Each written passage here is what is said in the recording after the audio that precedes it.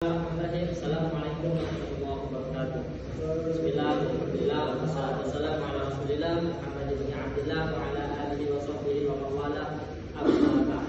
Puji syukur kita panjatkan kepada Allah Subhanahu wa taala yang telah menyehatkan badan kita pada hari ini. Bahwasanya kami menyelesaikan sebuah tugas daripada mata kuliah yaitu membuat sebuah video presentasi tentang terjemah tafsir dan takwil. Di sini kita lihat ada pendahuluan.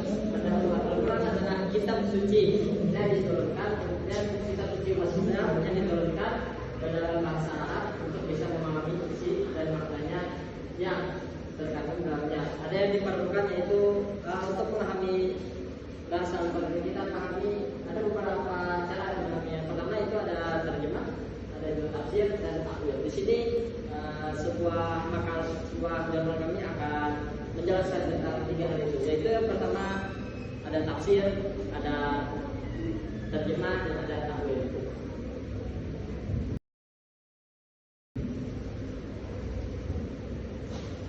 Yang pertama yaitu ada terjemah. Menurut bahasa terjemah yaitu salinan dari satu bahasa ke bahasa lain, salinan daripada bahasa Al-Quran bahasa Arab ke bahasa yang mana kita memahaminya, yaitu terjemah, mengganti suatu bahasa ke bahasa lain. Sedangkan menurut istilah seperti yang dikemukakan oleh As-Subuni, memindahkan bahasa Al-Quran ke bahasa lain yang bukan bahasa Arab, yang bukan daripada bahasa Al-Quran, memindahkannya dan mencetak terjemah ke beberapa naskah yang bisa dibaca atau tidak mengganti bahasa Arab sehingga dapat memahami kitab Allah sementara dalam terjemah. Bisa kita lihat beberapa contoh daripada pusat-pusat yang kita lihat daripada itu yang disusun seperti naskah, itulah terjemah daripada yang dikemukakan oleh As-Subuni.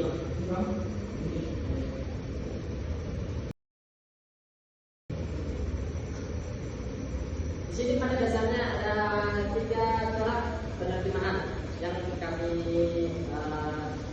paparkan. Yang pertama itu ada terjemah ma'nawiyah tafsiriyah.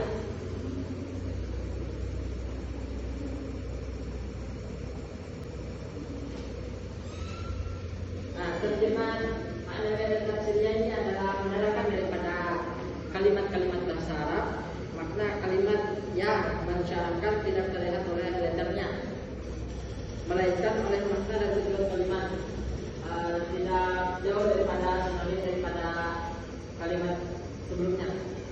Yang kedua ada terjemah harfiah al-jid, ada terjemah harfiah di al-jidri, yang artinya itu menyalin, akan mengganti kata-kata dari bahasa asli, menyalin daripada kata aslinya, bahasa aslinya daripada bahasa Arab, bahasa lain, seperti terjemah biasa. Yang ketiga ada terjemah harfiah di bumi al-jidri. Nah, yang ini yaitu menyalin atau mengganti kata-kata bahasa asing ke dalam bahasa lain, yang memperhatikan urutan makna dan segi setelahnya, urutkan sebuah maknanya pada kalimat-kalimat bahasa Arab. Jadi cukup sekian presentasi dari saya, maka akan dilanjutkan oleh saudara kami.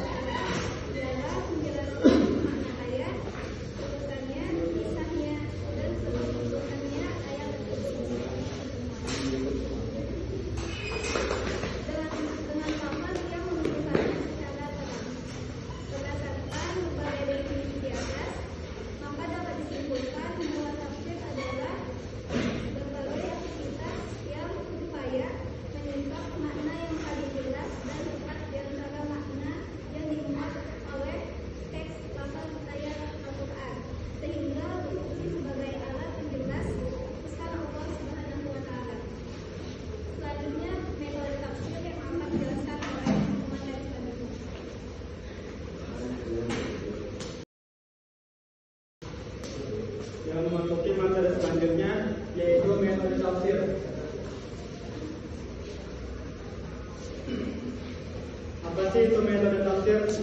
Nah, jadi metode tafsir itu adalah sebuah cara dan sama langkah yang sistematis dan merupakan seperangkat atau bagian ulasan materi yang disiapkan untuk penulisan tafsir Al-Quran agar dapat sampai kepada maksud dan tujuan. Jadi metode tafsir itu adalah sebuah cara atau langkah-langkah yang sistematis yang mana ini disiapkan untuk penulisan tafsir Al-Quran agar mencapai tujuan yang dimaksud. Ada seorang ulama yang ahli ilmu Al-Quran dan ahli tafsir, yaitu Abdullah Al-Qarmawi, yang menyatakan bahwa metode penyajian tafsir itu dilakukan dengan 4 metode. Metode yang pertama yaitu tahlili, metode yang kedua ijmali, yang ketiga muqarrar, yang keempat maudhu'i. Nah, jadi ulama ini menyatakan bahwasanya metode penafsiran Al-Quran di kalangan ulama itu terbagi kepada 4. Yang pertama tahlili. Apa sih metode tahlili? Jadi metode tahlil itu menjelaskan ayat-ayat Al-Quran itu secara mendalam dan terperinci, yang mana memperhatikan beberapa aspek.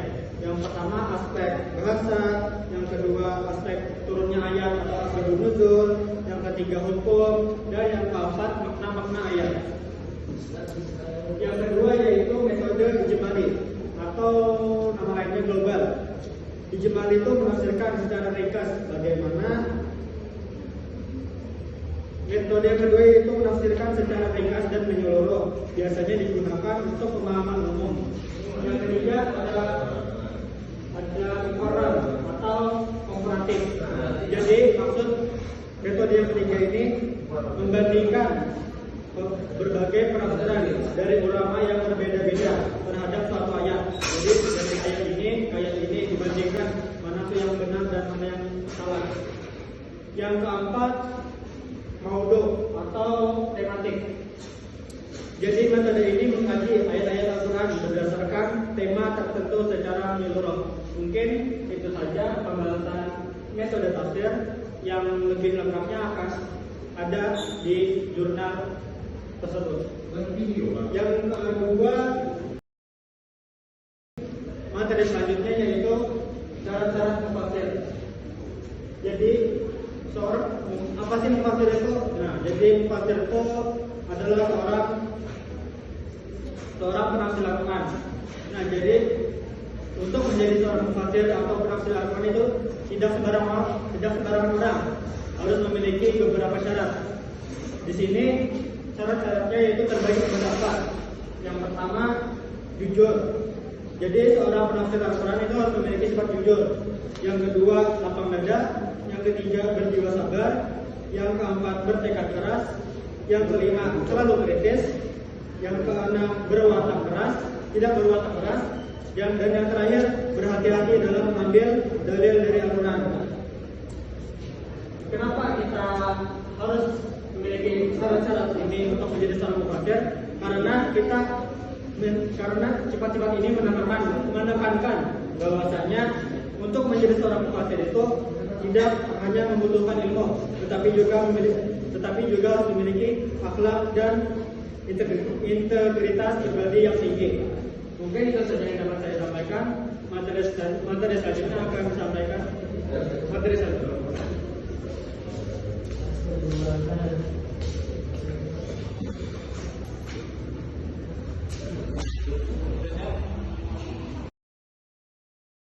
Baik, saya akan menjelaskan tentang pengertian ta'wil. Ta'wil secara bahasa berasal dari kata awala, yang berarti mengembalikan atau kembali ke asal.